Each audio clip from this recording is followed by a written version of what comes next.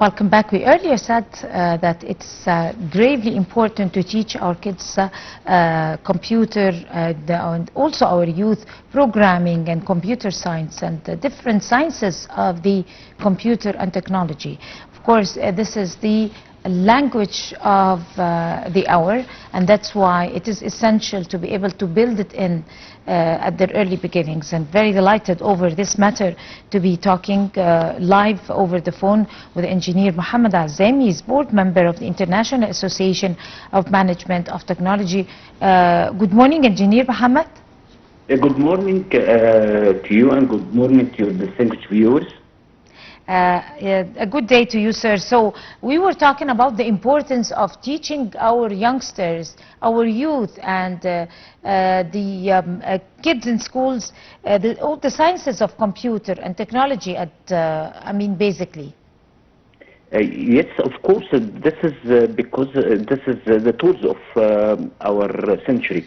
Actually, you need to equip the youngsters and youth with the skills that could help them on a later stage to enter the job market, to cope with the pace of the technological progression, and to be able to have a footprint in this world.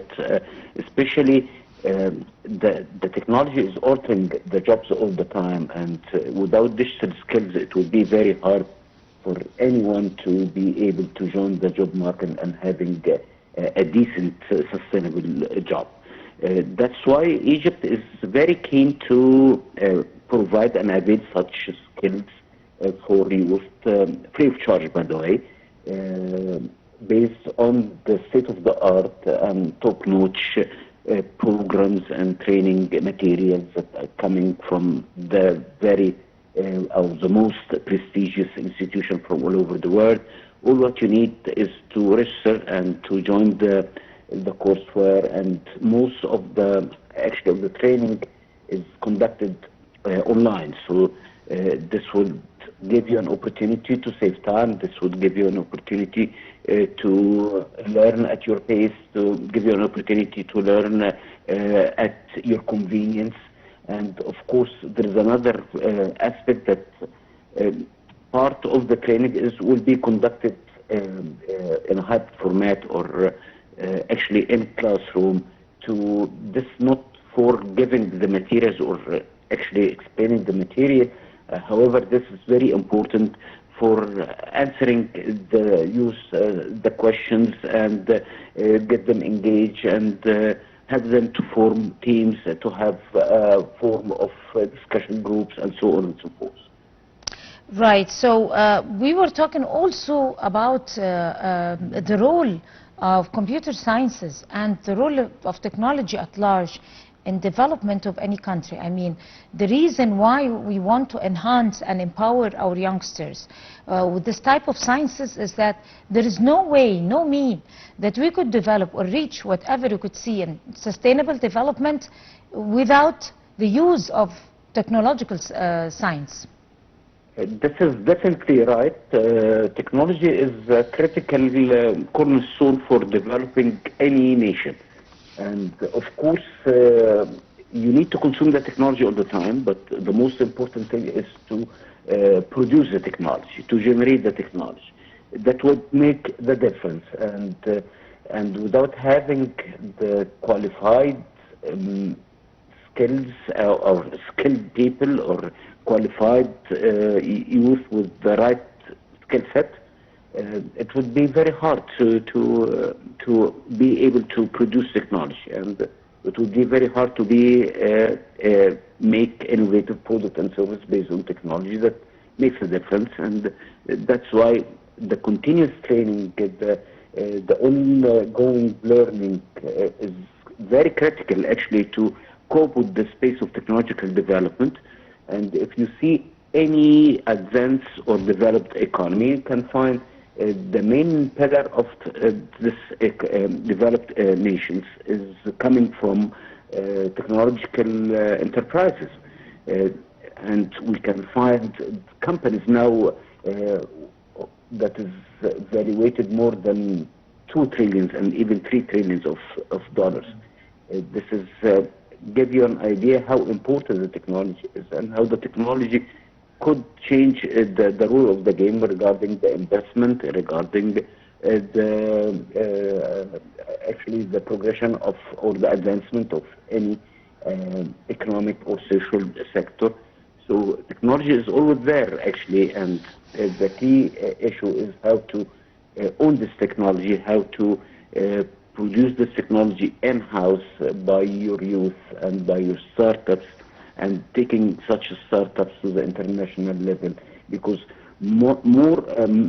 actually almost every technological application or service is by nature is a border crossing. So it's a global industry by nature, and you need to have a footprint in such very important industry, because this is what will make you a nation that is competitive, a nation that is capable of sustaining the development and open horizons for youth and open horizons for qualified individuals to prosper and, of course, change the quality of life for Egyptians at large. Right. How do you assess the government's role in that particular domain in enhancing this type of sciences in schools, in universities, and even whatever educational centers that could be provided for citizens to be able to empower and enforce that particular science between citizens? The role of government is always is very important. It's quite needed, because you need to avail such skills to a large number of individuals, especially youth, and this is beyond the capacity of any actually stakeholder except the government. And of course, this will help you to cope with this technological progression that you need such initiatives to avail such skills for a large number of people. Because actually modernizing the basic education system, it would take time. And of course, due to the technology development or the pace of the technological development, it would be very hard to cope this progression within the standard or the classical education system. That's why the training factor is very important. And of course, you need the muscles of the government to help such youngsters to be able to grasp such knowledge and skills. And of course, you need the government to regulate the work of the startups, to help them to grow, to help them to attract more investment. It is this another role. And of course, to pave the way for the investment coming in this very important sector is another role of the government. So it's very interconnected, actually. The government has so many roles in this regard, and we've seen this in many advanced economies.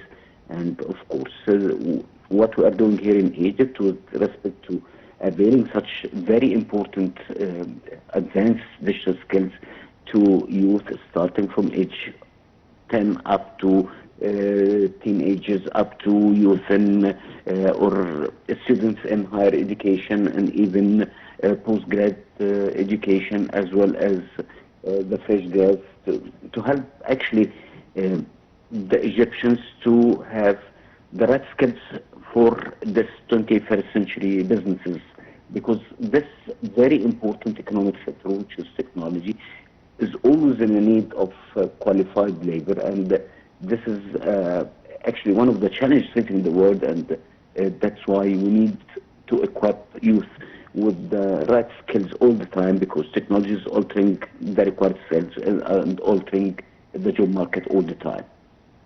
Right. A few days ago, the country's first government data and cloud computing center was inaugurated, as we all know, by His Excellency President Al-Sisi. So we need to learn more about this very ambitious project, and how is it going to enhance the field in the near future? This is actually another cornerstone, because you cannot be competitive unless, as a nation, unless you need to have robust, up-to-date ICT infrastructure. data is the gold mine of our century. And of course, you need to keep the data. You need to have the data all the time updated. You need to have quality data to help the decision makers to analyze the data and making decisions based on data. So the data center business is something like 200 billion US dollars, and being one of the countries that having such huge investment in that centers is very important. Egypt is considered one of the few countries that have such ICT infrastructure, the scale of infrastructure. And I think it's one of a kind on the level of the African continent and the Arab region as well. This is you need all the time having ICT infrastructure that is updated, that reboost, because otherwise you are going to pay for such service. You're going to not having the ability to own your own data and running the deep analysis of data to make scenarios for being more resilient, more responsive to any challenge that could happen, to have a better way of planning things, to have a better way of optimizing resources, and this will affect actually every single economic and social sector, starting from the government services to the logistics business, to the trade systems, to the healthcare system. We've seen so many examples in this regard. Data is the key, and data, you need to store data, you need to analyze data, you need to have the data center that hosts just data, because otherwise you are going to lose a lot of your competitive edge if you don't have such infrastructure. Right. During the inauguration, His Excellency, the Head of State, President Al-Sisi, he said that Egypt is aiming seriously to make genuine progress in this information transfer, and also he talked a lot about the privileges of that transfer. So how did the statements of the President reflect the keenness of the state in the transfer of the process of development inside the country, and especially with the governmental service, with rebuilding institutions again, enhancing foundation of modern technology amongst, like I earlier said, in schools and universities and all that? Actually, I think this is a great vision from the political leadership. I was privileged to be there during the ceremony, and I saw the eagerness and the keenness to from the political leadership, from the President Sisi, to move forward aggressively in this very important economic sector, because this would make the difference. So to make the difference, you need to have infrastructure. That's something like the mobile networks, the fiber optics networks, and the data center that we witnessed a couple of weeks ago. You need to have skilled labor. That's why you need to have all the time training programs that coping with the development of the technology and the advancement of technologies. You need to have better regulation for startups, because startups, they are the youngsters who can make the difference.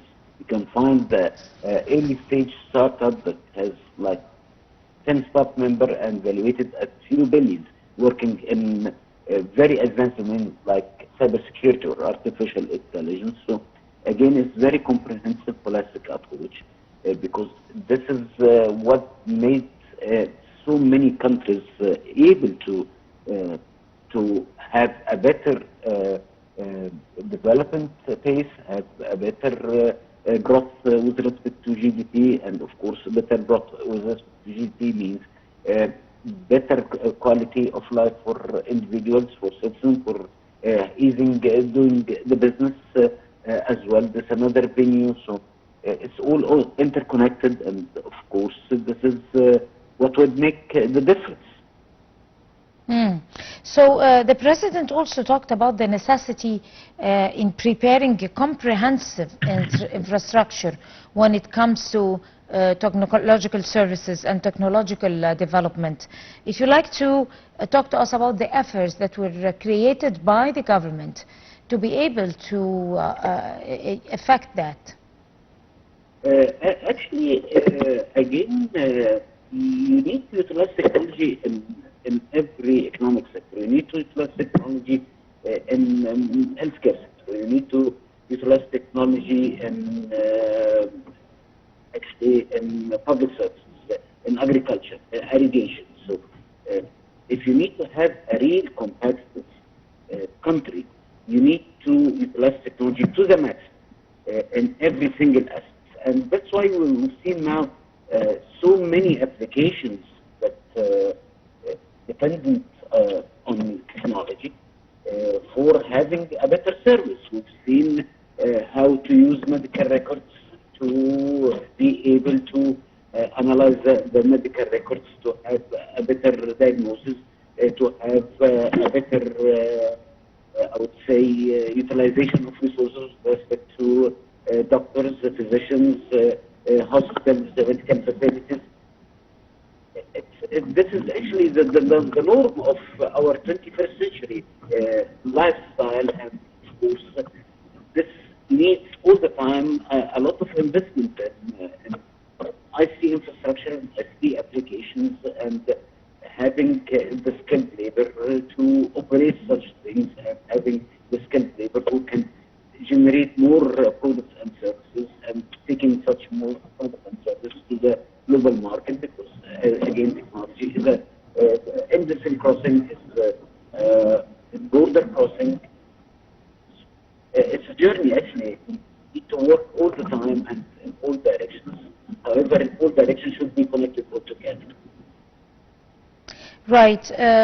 The President also talked about that some people who were observing this particular topic developing in Egypt criticized that the government is spending so much time, so much money, I mean, and time also trying to effect a foundation for technological development, and also spending a lot of effort talking too much about the importance of preparing new generations with the technological background.